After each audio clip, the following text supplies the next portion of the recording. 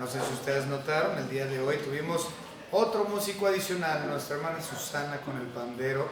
Le agradezco a la hermana, ya teníamos algo de tiempo. La hermana Rebeca Corona era quien tocaba ese instrumento y ya tiene tiempo que no está con nosotros. Y la invitación está abierta. Si usted tiene un instrumento, toca un instrumento, véngase, toque para la honra y gloria de Dios. ¿Okay? Muy bien, vamos a abrir nuestras Biblias donde tuvimos nuestra lectura en el libro de Jueces. Estamos en Jueces capítulo 17, gracias hermano Omar.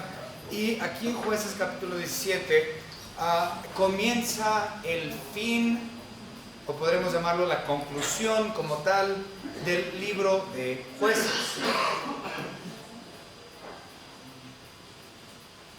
Desde el capítulo 2 hasta el capítulo 16 de este libro, que fue lo último que vimos con la muerte de Sansón, todo lo que hemos visto son cuestiones externas que afectaban a Israel. Por ejemplo, los amonitas, los filisteos, los moabitas, y todos estos naciones eran el problema y el dolor de cabeza para Israel. Entonces, del capítulo 2 hasta el 16 son cuestiones externas que están afectando el pueblo de Dios. Sin embargo, a partir del capítulo 17 hasta el final del libro, ya no estamos viendo cuestiones externas, sino ya problemas internos dentro de la nación. Si ustedes recuerdan de la nación de Israel, si ustedes recuerdan, a lo largo de todo el libro de los Jueces, hay una frase que se repite una y otra y otra y otra y otra vez. Y esa es: ellos hicieron lo que les plació hacer. Ellos querían hacer lo que su regalada gana les daba, sin importar lo que Dios quería de ellos. Esa frase se repite a lo largo de todo el libro. Y esta no es la excepción. Si nosotros vemos en el versículo 6, el último versículo que leímos del capítulo 17, dice: en aquellos días no había rey en Israel, cada uno hacía lo que bien le parecía. Esta frase es una y otra vez, cada capítulo contiene esa frase. Para este punto, ya para el capítulo 17, Israel ha quedado tan afectado por todo su pecado, que ya, y por el problema de los enemigos de fuera, que ahora ellos ya en serio están perdidos completamente. Las tragedias más feas, lo más sórdido y trágico del libro de Jueces se encuentran del capítulo 17 al final, al capítulo 21. Lo más horrible de todo el libro de Jueces se encuentran en estos últimos capítulos. Ya es problema interno. Ya es tanto que el día de hoy, bueno, de hecho capítulo 17 y 18 tenemos una misma temática. Habla de lo mismo, del mismo incidente. Habla de un profeta de nombre Jonatán. Y vamos a hablar de un profeta, de un levita que hicieron sacerdote. Este levita que hicieron sacerdote, su nombre era Jonatán. Entonces vamos a estudiar de Jonatán en capítulos 17 y 18. Y en esos capítulos vamos a ver que ya Israel está en un punto tan feo de su historia, porque han hecho lo que bien les parecía, que a este punto ya tienen una corrupción en el hogar. El hogar hebreo, el hogar de los escogidos de Dios, de ese redil, estaban con un problema severo. Y no nada más dentro de los hogares, sino a nivel sacerdotal había corrupción también. Entonces vamos a ver corrupción de hogar, corrupción a nivel sacerdotal y levita, y corrupción, es decir, ministerial, lo espiritual, y corrupción a nivel tribu. ¿Okay? Corrupción a nivel casa, corrupción a nivel levita, a nivel espiritual, a nivel sacerdotal, y corrupción a nivel tribu. ¿Okay? Las primeras dos las vemos en el capítulo 17. La última la vemos en el capítulo 18. ¿Okay? Esto es lo que vamos a ver, y ya los capítulos 19 hasta el final habla de otro tema, lo cual veremos cuando lleguemos a ese punto. Entonces 17 y 18 estamos viendo acerca de este hombre sacerdote de nombre Jonatán. El nombre de este individuo, de este levita, no aparece sino hasta el penúltimo versículo del capítulo 18. Y quiero que observen algo ahí, en 18:30, este hombre, este levita, fíjense quién es, pongan atención, este levita corrupto, vamos a ver, y los hijos de Dan levantaron para sí la imagen de talla, y Jonatán, ese es el levita, hijo de Gersón, ¿hijo de quién? De Moisés. Él y sus hijos fueron sacerdotes en la tribu de Dan hasta el día del cautiverio de la tierra, lo cual es el cautiverio babilónico, muchos años después de esto.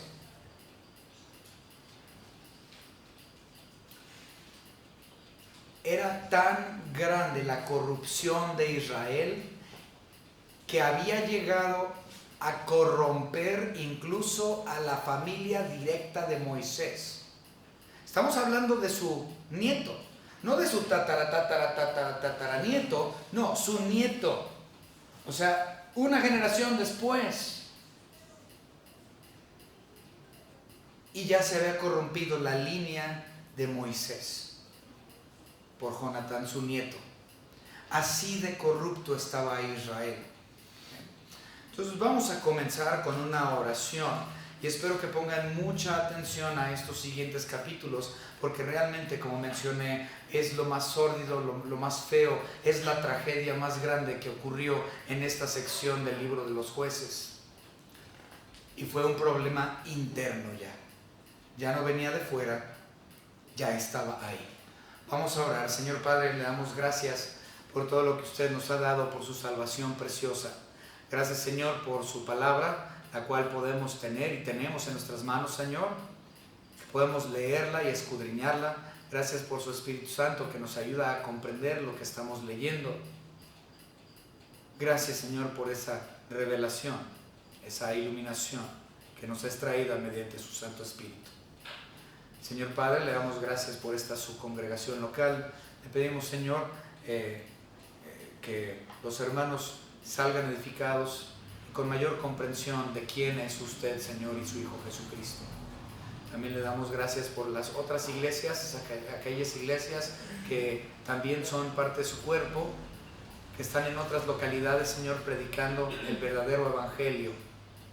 Gracias, Señor, por esas iglesias. En el nombre de nuestro Señor y Salvador Jesucristo, nuestro Señor, nuestro Dios. Amén. Amén. Hubo un hombre del monte de Efraín que se llamaba Micaía, el cual dijo a su madre: los 1100 siclos de plata que te fueron hurtados, acerca de los cuales maldijiste y de los cuales me hablaste, y aquí el dinero está en mi poder, yo lo tomé. Es decir, lo volvió a robar. La señora no nos dice, dice hurtado, eso implica que también se le robó a ella. Entonces, se le robó a ella el dinero, no sabemos las circunstancias bajo las cuales eso sucedió, la Biblia no nos dice, pero hurtado. Ella entonces decía que ese dinero, que era bastante, se lo robaron. Y el hijo Micaía dice: madre, no te preocupes, yo recuperé ese dinero que a ti se te había robado, yo lo tomé nuevamente. Entonces la madre dijo: bendito seas de Jehová. Observen nada más. Ahora, entendemos también que los judíos eran monolatristas. ¿Okay? ¿Qué es monolatrista? Bueno, tenemos monoteísta, politeísta y tenemos monolatrista. ¿Okay? ¿Cuáles son las diferencias? El monoteísta somos nosotros, el que dice hay un solo Dios y un único Dios y no hay otro Dios fuera de Él. Es el único creador del universo, el único y verdadero Dios. Eso es monoteísmo. Politeísta es que tengo, obviamente, muchos dioses a los cuales alabo y adoro. Como por ejemplo la cultura del país de la India. Ellos yo creo que son los más excepcionales con politeísmo.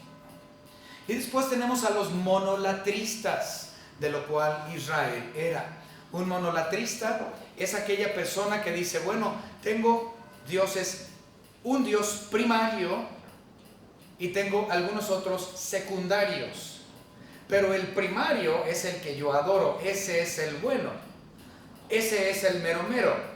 Pero tengo otros aparte de él, dioses secundarios. ¿Okay? Esto era Israel. Para Israel, ellos tenían Dios Jehová como Dios primario. Y los otros dioses que ellos tenían, tales como los Baales, que ellos habían adoptado de otras culturas, estos eran sus dioses secundarios. ¿Okay?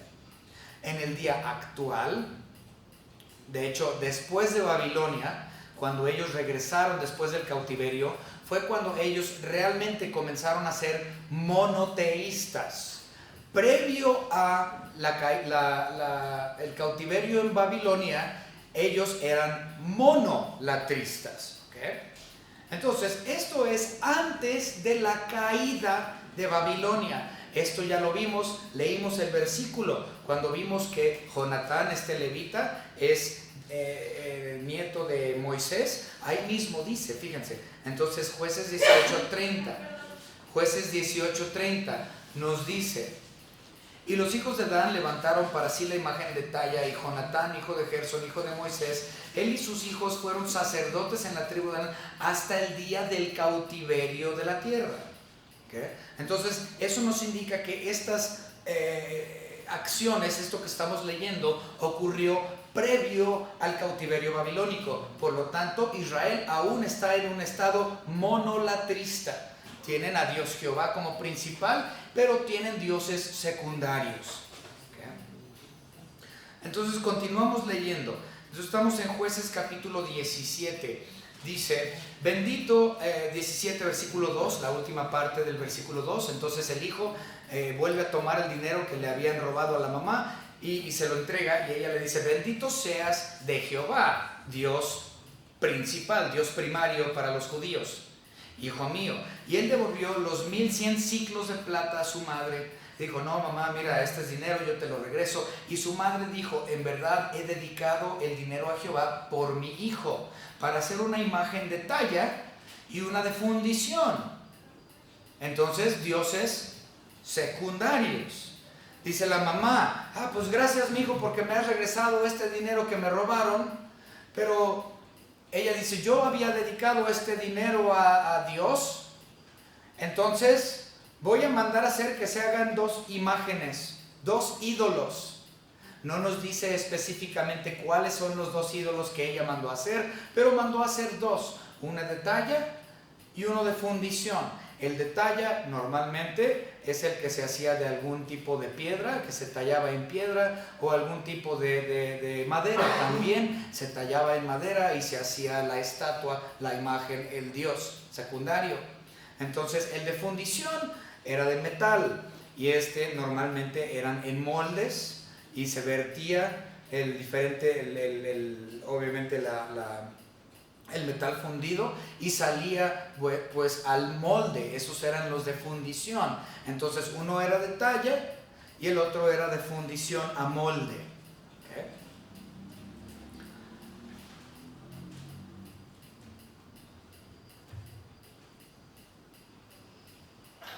Vamos a ver un versículo. Estas imágenes, este tipo de imágenes, se mencionan precisamente en los 10 mandamientos. Vamos a ver un ejemplo. Éxodo capítulo 20 y versículo 4. en Éxodo 24 nosotros leemos lo siguiente. No te harás imagen ni ninguna semejanza de lo que está arriba en el cielo, ni abajo en la tierra, ni en las aguas debajo de la tierra. Ellos no deberían de haber tenido imágenes, pero esta señora judía le manda a hacer dos imágenes, una de talla, una madera, una de fundición a su hijo. Entonces automáticamente ya están quebrando la ley. No les interesa, están quebrando la ley, porque quieren adorar esos dioses secundarios. Israel está en problemas. Este es un hogar, esto es corrupción dentro del hogar, lo que estamos viendo. Normalmente, vamos a ver otro versículo, Isaías capítulo 40, versículo 19. Nuevamente, Isaías capítulo 40. Ahí estoy atrás.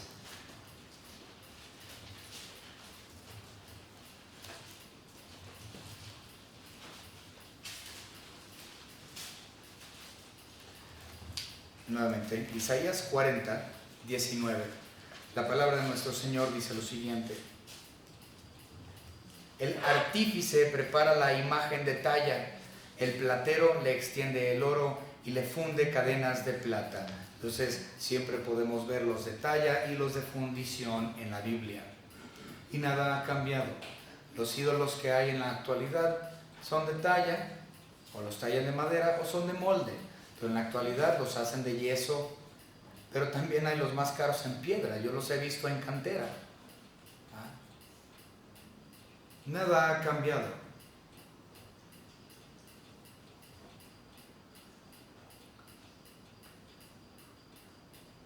La madre de Micaía estuvo de acuerdo con que se hicieran estas imágenes, lo que demuestra que el pueblo de Dios cae, en este caso, este redil en específico, y empiezan a mezclar elementos de adoración falsa con prácticas inaceptables delante de los ojos de Dios. También Éxodo 23 dice claramente, no tendrás dioses ajenos delante de mí. Y luego en el 4, que fue el que ya leímos, es específico que esos dioses son estatuas, imágenes.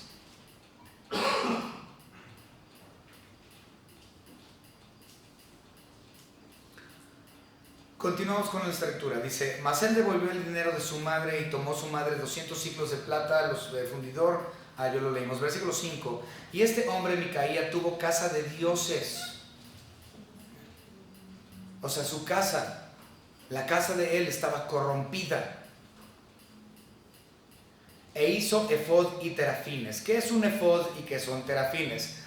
El efod es más fácil de explicar, el terafín no tanto. El efod es parte del implemento de la vestimenta del sacerdote. ¿Okay? Los sacerdotes israelitas tenían muchos diferentes artículos con los cuales ellos se vestían. Cada artículo de ropa o prenda que tenía el sacerdote tenía un significado específico. Entre esas prendas se encontraba el efod. Entonces es parte de lo que es la prenda del sumo sacerdote. ¿Okay? Entonces él ya tenía intención desde un inicio tener su propio sumo sacerdote en casa. Segundo, terafines. Ese sí es un poquito más difícil. ¿Qué es un terafín? En realidad, en ningún lugar, ni en la Biblia, ni en lo secular, se sabe con específico qué o a qué Dios es hecho un terafín. Se sabe que un terafín es un Dios doméstico, pongámoslo así. Es un Dios doméstico. Es decir, una imagen que tú tendrías en tu casa. Como por ejemplo, aquí los tenemos. Hay casas, muchas casas dentro de lo que es la religión tradicional de México, el catolicismo, que en sus casas tienen un nicho con algún tipo de santito o la Virgen o algún tipo de estatua. y le rinden honores y le prenden velas y todo. Ese es el Dios de esa casa. Ese sería pues el terafín de ese hogar. ¿Okay? Entonces esa es realmente la única manera en que yo lo puedo explicar que tenga algo de sentido. Entonces, él ya tiene entonces 2 dioses de talla y uno de fundición, y luego encima de eso tiene los dioses de la casa, los terafines, y los dioses domésticos, que no sabemos cuántos son, pero si ustedes ven está en plural, entonces es más que uno. Y encima de eso, él ya tiene hecho un efod, porque él tiene planes de poder tener su propio sumo sacerdote en casa. Entonces el versículo 5 nos muestra que él tiene casa de dioses. ¿Okay? Ahora observen el versículo 5. Y consagró a uno de sus hijos para que fuera su sacerdote. Él agarra a uno de sus hijos y lo consagra y dice: mira, mi hijo, tú vas a ser el sacerdote de la casa. Okay. Hay un problema muy grave con eso.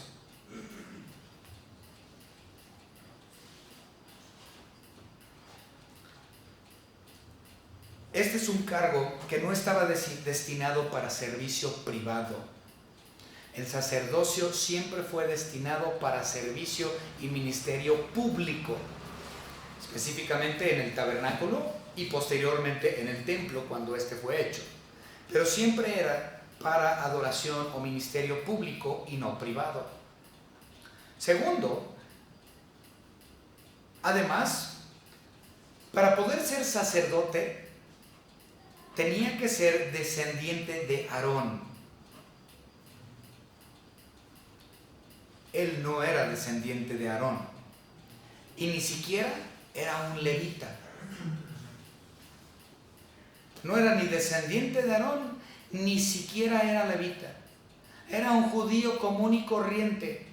Y su papá le dijo: tú vas a ser el sacerdote de la casa, añadiendo corrupción al hogar, dándole al hijo una posición sacerdotal que no le corresponde. El sacerdote tenía que ser levita, tenía que ser de la descendencia de Aarón. Vamos rápidamente a Éxodo capítulo 28 y versículo 1. Harás llegar delante de ti a Aarón, tu hermano, y a sus hijos consigo de entre los hijos de Israel, para que sean mis sacerdotes, a Aarón y a Nadab, Abiú, Eleazar y Itamar, hijos de Aarón. Y harás vestiduras sagradas a Aarón tu hermano, y para honra y hermosura, que eso era parte del efod, y harás este vestimenta específico que era específicamente para los hijos de Aarón y su descendencia sacerdotal. Y este amigo, el hijo de Micaía, no era descendencia de Aarón, ni siquiera era levita. Y se le dio una posición que a él no le correspondía. Versículo 6. En aquellos días no había rey en Israel, cada uno hacía lo que bien le placía. La casa estaba corrompida. La casa judía, la casa de los hebreos. El problema ya era interno desde el hogar. Pero como mencioné, esto no solamente corrompió los hogares, sino corrompió también a nivel ministerio, a nivel de los que se supone que deben de ser los sacerdotes. Y en este caso, aquí viene la segunda parte. Vemos la corrupción espiritual a nivel levita, a nivel sacerdotal. Los que se supone que deben de ser los verdaderos líderes espirituales también son corruptos. Vamos a verlo, versículo 7. Y había un joven de Belén de Judá, de la tribu de Judá, el cual era levita y forastero ahí. Esto es muy interesante. Dice: este hombre partió de la ciudad de Belén de Judá para ir a vivir donde pudiera encontrar lugar, y llegando en su camino al monte de Efraín, vino a casa de Micaía. Ok, vamos a explicar esto. había este levita. Ya vimos en 18:30 que su nombre era Jonatán. Este hombre levita, es decir, de la línea sacerdotal, estaba viviendo en Belén. Y él no estaba haciendo nada ministerial. Sabemos que él no estaba haciendo nada ministerial o nada para el servicio de Dios, porque él mismo lo dice. Y ahorita voy a explicar un poco más. ¿Okay? Dice, y Micaía, versículo 9, y Micaía le dijo, ¿de dónde vienes? Y el levita le respondió, soy de Belén de Judá, y voy a vivir donde pueda encontrar lugar. No encontraba el lugar, es decir, no tenía trabajo, no estaba haciendo nada. ¿Y cómo más? ¿Por qué sé que él no estaba haciendo nada? Precisamente porque venía de Belén. ¿Okay? Esto es algo muy interesante. Recuerden, a los levitas no se les dio terreno, si ustedes recuerdan, ¿verdad? A los levitas Dios no les dio terreno como a las otras tribus. Al contrario, Dios les dijo, ustedes los levitas, como son de linaje sacerdotal, los voy a esparcir a lo largo de todo el territorio de las otras tribus, porque ustedes tienen las labores ministeriales. Entonces ustedes no van a tener tierra propia, porque van a ser dispersos en lo que eran conocidas como las ciudades levitas. Las ciudades levitas eran 48. ¿Okay? Es decir, otra vez, la tribu de Leví no tenía terreno propio, porque ellos eran de linaje sacerdotal. Dios entonces, en vez de darles terreno, los esparció entre las otras tribus, entre 48 ciudades diferentes. Esto lo pueden ver, lo pueden leer ustedes en Josué capítulo 21 y en Números capítulo 35. Si ustedes se dan el tiempo, lo pueden ver después. Otra vez, en Josué capítulo 21 y en Números 35, ustedes pueden ver dónde cayeron los levitas y pueden ver los nombres de estas 48 ciudades ahí. ¿Y saben cuál ciudad no aparece en esa lista? Belén. Belén no se encuentra dentro de los 48 ciudades levitas. Y este amigo venía de Belén. Es decir, que él no estaba haciendo sus labores como sacerdote. Él estaba viviendo en Belén y no encontraba cómo vivir. ¿Por qué? Porque también, si ustedes recuerdan, Dios le dijo a los israelitas que los levitas vivirían de los diezmos y de las ofrendas de aquellos a quienes estaban ministrando. Entonces, esto implica que él no tenía lugar, dice él mismo. Estaba en Belén, no estaba sirviendo, se estaba muriendo de hambre en una ciudad que no era una ciudad levita. No estaba haciendo lo correcto, no estaba laborando, no estaba trabajando. ¿Y saben qué? Él se termina vendiendo. Se está muriendo de hambre y se vende por dinero. Por fines de lucro, él comienza a ser un sacerdote doméstico, en vez de ser un sacerdote al público. Un pastor vendido. Eso es lo que dice la Biblia, ¿no? En 1 Timoteo, que un pastor no debe de hacerlo sin fines de lucro.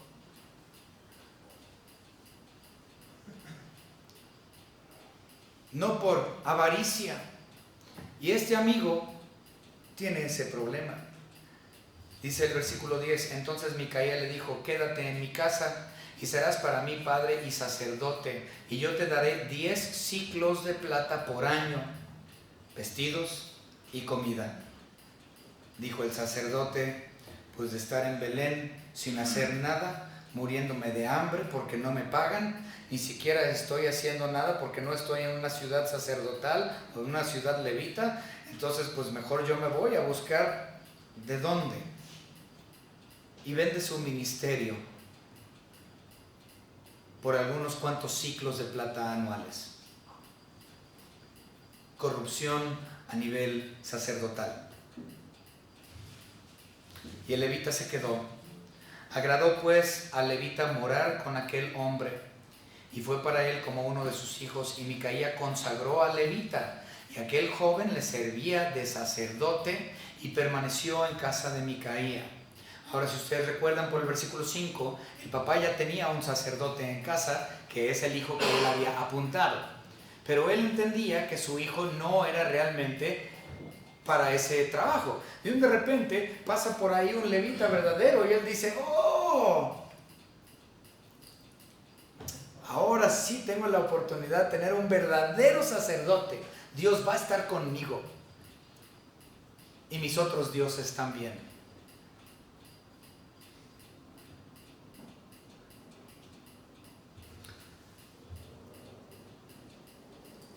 Dice, versículo 13. Y Micaía dijo, ahora sé que Jehová me prosperará, porque tengo un levita por sacerdote. Ahora me va a ir bien.